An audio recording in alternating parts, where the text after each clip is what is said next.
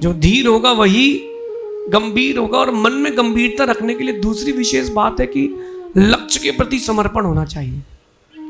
मुझे अपने लक्ष्य के प्रति समर्पण रखना है, बात खत्म। आपका लक्ष्य क्या है खोजो। माँ आप लोगों का लक्ष्य क्या है? रोटी बनाना, बर्तन धोना, यही तो लक्ष्य है ना। बच्चे पालना, स्कूल भेजना, तैयार करना, यही लक्ष्य है ना। यही लक्ष्य की पूर्ति करते करते ऊपर की लाइन पे आ गए हो आप लोग। ये थोड़ा ना लक्ष्य है जीवन का।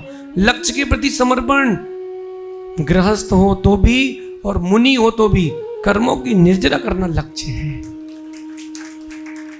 और वहां उसके लक्ष्य के प्रति समर्पण रखो ना तो मन गंभीर होता है।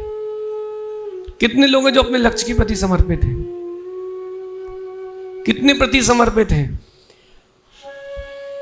जितना समर्पित हो उतना लाभ मिलेगा, उतनी जल्दी सफल होगे। और जहां सिद्धांत बेटा शॉर्टकट ढूंढा, सब खत्म। शॉर्टकट के चक्कर में कभी नहीं पड़ना बेटा।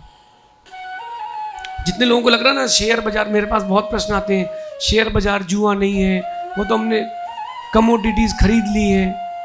कोई बात नहीं, कोई भी कंपनी अपने पास का नहीं देगी। 200 करोड़ बाजार से कमाएगी, कुछ लोगों को 5,000, किसी को 10,000, 2, 5, 10 करोड़ बांटेगी, बाकी घर लेके चली जाएगी। क्योंकि भाव बढ़ाता कौन है? वो ही। भाव घटाता कौन है? वो ही। लक्ष्य के प्रति अक्षर है, शॉर्टकट में मत जाना।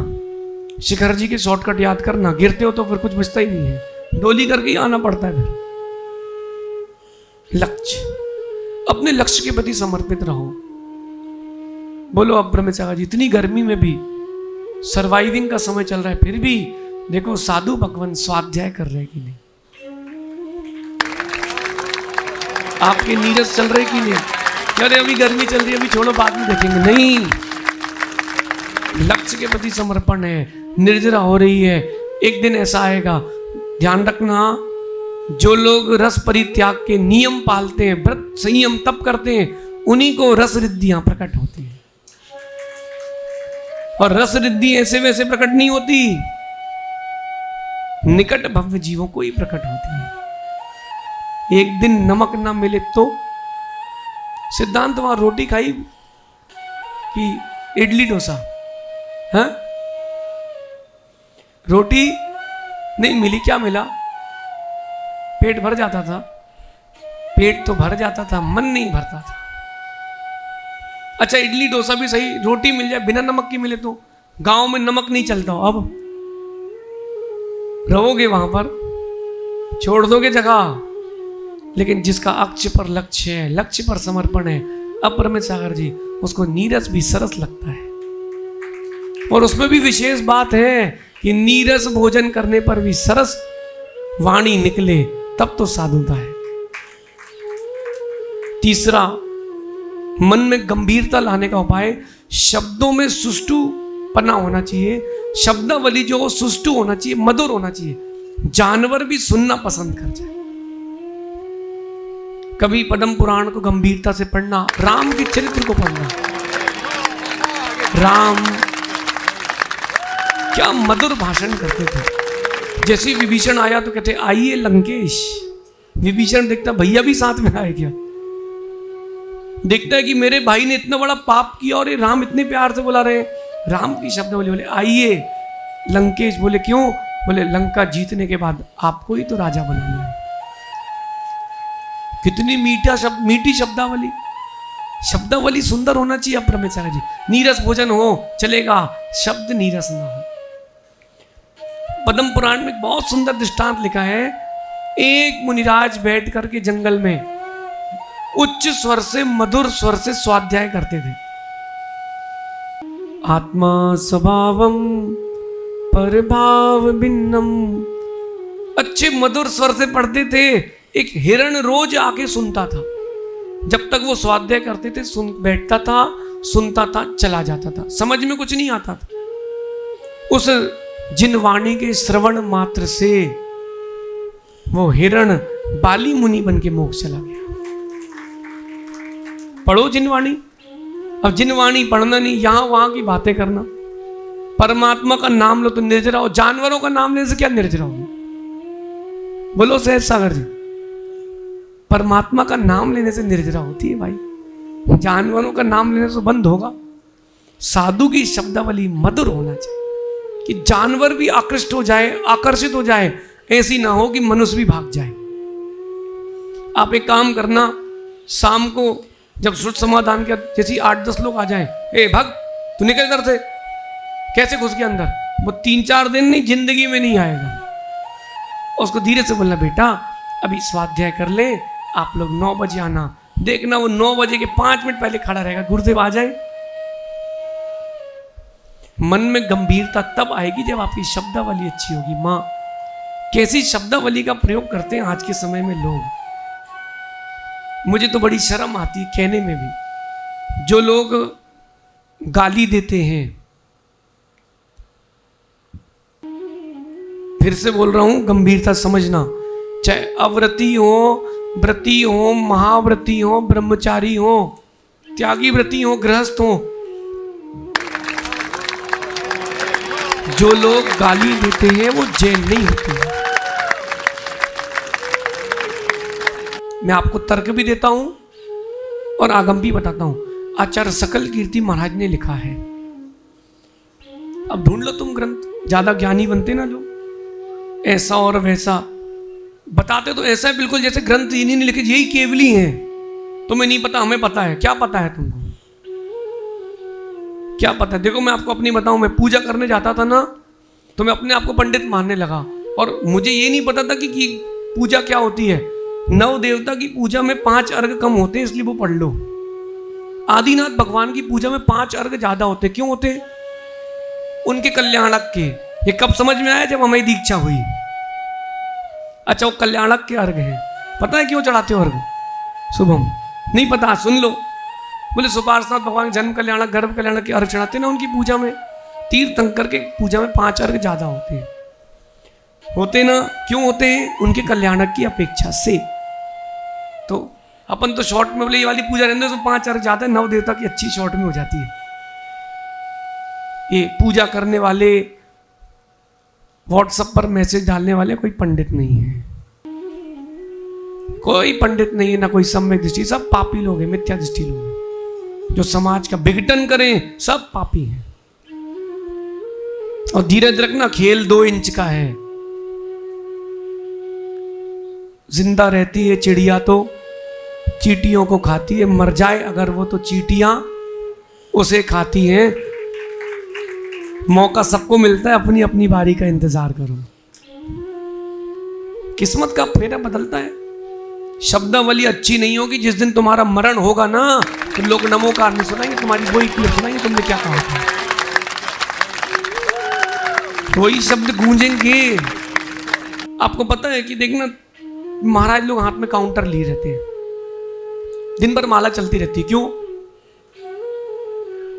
माला ज्यादा फेरो तो पुण्य बढ़ेगा, भक्त बढ़ेंगे, इसलिए नहीं। एक बीजाक्षर को निरंतर निरंतर निरंतर जपना चाहिए। उस बीजाक्षर को निरंतर जपने से अंतिम समय वही वही गूंजेगा, और वही वही गूंजेगा तो समाधि अच्छी हो जाए। अब जिसने शब्दावली खराब रखी हो, अब शब्द कहो, गालियां दी हो, उसका क्या होगा? क्यों शुभम, तेरा क्या होगा? याद है कि भूल गए? इधर देख बेटा, तेरे को क्या घबराना, शादी हो गई ना, बच्चे भी हो गए, गुरु भी मिल गया, अब क्या टेंशन है ना? और परिवार से बड़ा गुरु है, उसका ध्यान रखो। सुनो, शब्दावली जिसकी खराब है उसकी समाधि नहीं होगी, वो जैन नहीं है, मिथ्या दृष्टि है। मैं नहीं कह रहा हूं, आपको बताता हूं कैसे। नमन, तुमने पड़ोसी को गाली दी, जो आप गाली समझते हो ना वो, तो आपने उसमें क्या किया? उसको अर्घ दिया है। आपने उसकी मां के साथ, बहन के साथ व्यभिचार का भाव लाया है। लाए कि नहीं? नहीं लाए? बस तो तुमने मां और बहन के साथ व्यभिचार का भाव लाया हो, चाहे मित्र क्यों ना हो, शत्रु क्यों ना हो, व्यभिचार का भाव जैन कभी नहीं लाता। ये मैं नहीं कह रहा हूं, आचार्य सकल कीर्ति महाराज ने लिखा है। कौन से ग्रंथ में लिखा है प्रोफेसर? सुभाषित रत्नावली। खोल के ग्रंथ पढ़ लेना, अब शब्द कहने वाला जैन नहीं है। हाँ भाई, अड़ोसी पड़ोसी को मत देखो आयुष, चाहे वो नौकर को गाली बको, दोस्तों को प्यार से बको, तुम जैन नहीं हो, तुम्हारी शब्दावली खराब है, मन में गंभीरता नहीं है। और आगे चलें कि और बोलें इस बारे में। मन में गंभीरता रखने वाला व्यक्ति कितना धीर होता है। जो एग्जामिनेशन हॉल्स में पेपर आता है ना, जैसे ही और 2 क्वेश्चन आउट ऑफ कोर्स आ जाएं, कुछ बेचारे जो अधीर रहते हैं ना, गंभीर नहीं रहते, सर ये 2 क्वेश्चन आउट ऑफ कोर्स हम लोग पेपर नहीं देंगे, देना पड़ेगा पेपर, आधा घंटे बर्बाद और हो गए। जो समझदार हो तो सोचते हैं तो लड़ी रहे हैं, अगर कैंसिल हो गया तो ठीक है, अपन वो क्वेश्चन नहीं करते, चलो बाकी कर लेते हैं। शाणे शाणे समझते ना, शाणे, हम भी बहुत शाणे हैं। देखो क्या होता है चुल्लक जी, जब लोग प्रश्न करते तो हमें पता है कि इसमें से लड़ाकू विमान कौन है। कई लोग इसीलिए प्रश्न करते हैं कि टीवी पर आ जाए, हनी काट के डाल दे उसको तो अपनी भी चल जाए। कई लोग सुनने भी इसीलिए आते हैं कि लड़ाकू भिड़ाकू हो जाए। भैया आपने चंबल बस का पिया, हमने घाट घाट का पिया है, और हमें पता है किसका उत्तर कैसे देना है। समझ रहे शुभम? आयुर्वेद में कहते हैं कि आज का खाया भोजन 6 महीने बाद भी असर दिखा सकता है। तो जो लोग भी प्रवचनकार हैं, गंभीरता से समझना, सबई के प्रवचन यूट्यूब में डले हैं, बहुत सारे लोगों के निकलवा चुके हैं। क्या होता है जब मौसम बदलता है तो व्यक्ति की भाषा बदल जाती है। तो कभी तुमने समर्थन किया और कभी तुमने विरोध किया, तो कहीं ऐसा ना हो कि 100 वचन बाधित हो जाओ। शब्दावली अच्छी होना चाहिए। मित्रों से भी बात करो तो अच्छे से, माँ आपकी शब्दावली कितनी अच्छी होना चाहिए। सीता ने कभी नहीं कहा काय कितने जा रहे हैं, चावल ले आइयो, और लौकी की सब्जी खत्म हो गई है। ए जी सुना तो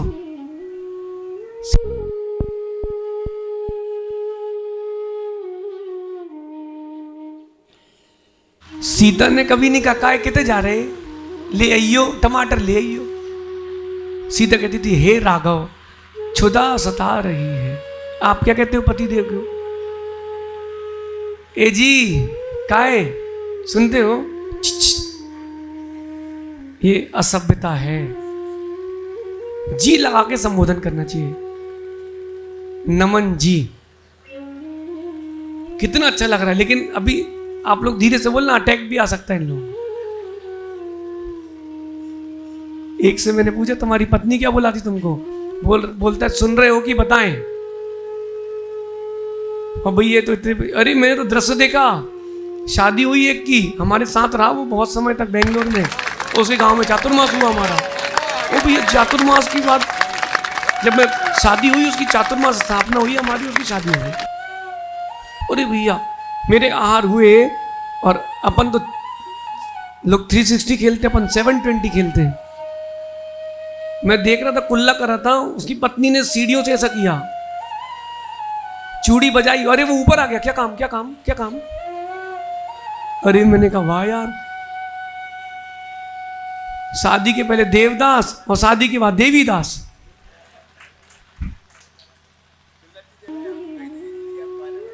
चुल्लक जी क्या कह रहे हैं, आपकी हुई नहीं इसलिए। और तो जब भाई ये फायदा मिला तो क्यों नहीं उठाएंगे भाई। फ्री हिट मिली, नो बॉल मिली तो खुल के मारेंगे, आउट तो वैसे ही नहीं होना है। अब आप लोगों ने की है तो झेलो। सुनो, मां अच्छे शब्दों का प्रयोग करना चाहिए।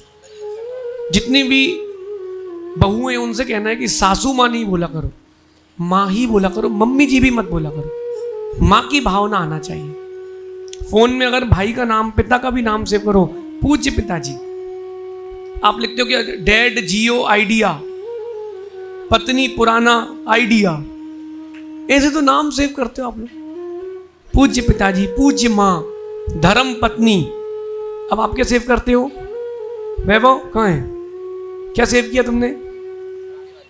जान। और जब लड़ाई हो गई तो जानलेवा।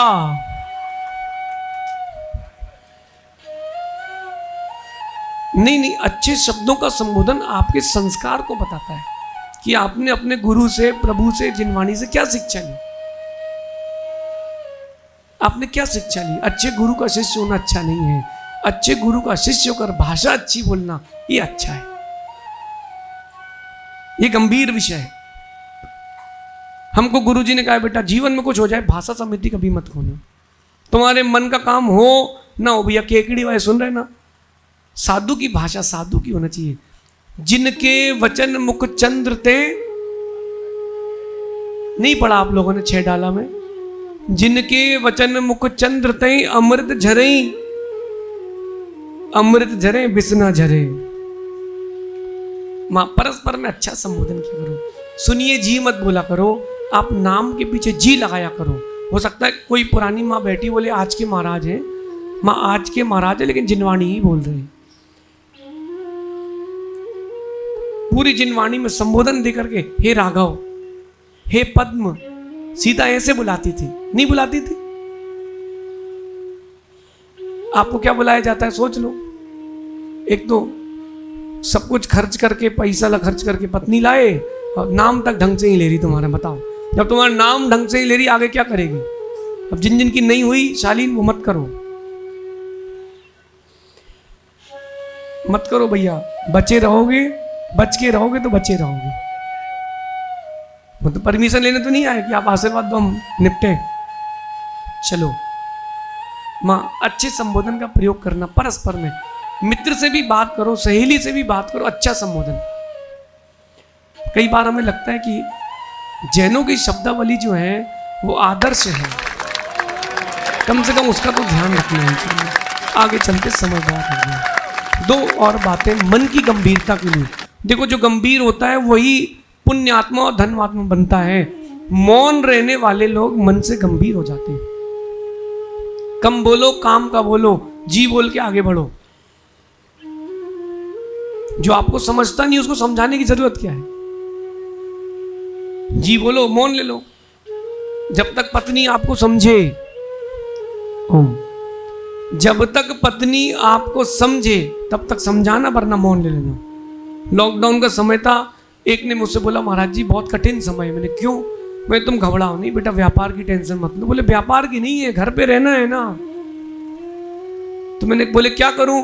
मैंने कहा एक काम करो, नमोकार की 1.25 लाख जाप कर लेना। बोले ये ठीक है। और उसने बढ़िया नमोकार की 1.25 लाख जाप चालू कर दी। लॉकडाउन के बाद आया, मैंने पूछा क्या हुआ? बोले 3 बार 1.25 लाख हुई है। मैंने पूछा कैसे 2 महीने में? कैसे? बोले जब वो बोलना चालू करे, नमो अरियंताड़म, नमो सिद्धाड़म, नमो आयरी, तुम चालू और हम चालू। बोले रोज सुबह 1 गिलास मिलती थी, बोले इसी में दूध, इसी में पानी, इसी में चाय, और धो लेना अपने हाथ से, हम बार बार बर्तन नहीं धो सकते। शब्दावली मधुर होना चाहिए। और मौन जो अपने जीवन में रखता है उसके मन में गंभीरता आती है। भैया मौन रखना चालू करो, दिन में 5 मिनट का, 10 मिनट का, दिन में, सोने के बाद नहीं। बोले सोने के बाद, उठने के पहले तक का मौन।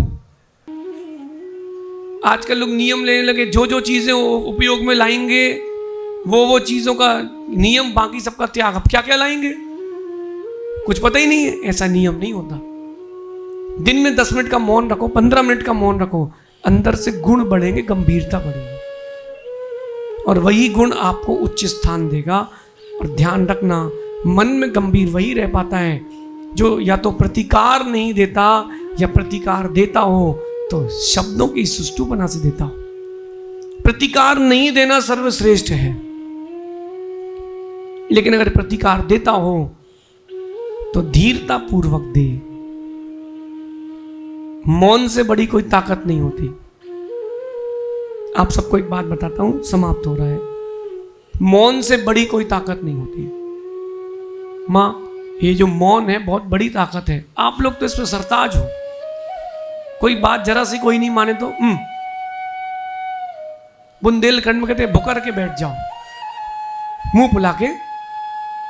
आप तो 10 मिनट का मौन ले लो, 15 मिनट का, फिर देखो घर का माहौल क्या होता है, कैसा रहेगा। हाँ, ये हाथ जोड़ के कम से कम खाने बस में दिलवा दो महाराज। जब हम लोग भोजन करने बैठे तब इनसे बोल दो कि मौन।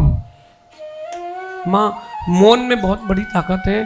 अगर कोई कह रहा है कि चुप हो जाओ, मतलब कितनी बड़ी बेइज्जती है आपकी। मौन, नकुल बेटा जितना मौन रहोगे उतनी गंभीरता बढ़ेगी। और या फिर बोलो तो जिनवाणी बोलो, जितनी जिनवाणी बोलोगे उतनी वाणी गंभीर होगी। तो बोलो भगवान तो 2.5 घंटे 4 बार बोलते हैं और गुरु जी तो दिन भर प्रवचन ही प्रवचन चलते, क्लास चलती है। फिर या तो बोलो तो जिनवाणी बोलो, और अगर जिनवाणी नहीं बोल रहे हो तो मौन रहो। जितना मौन रहोगे उतनी गंभीरता बढ़ेगी। राम बनना है तो, और जैसा आप जीवन जी रहे हो तो वो रावण तो आपको बना के ही छोड़ेगा।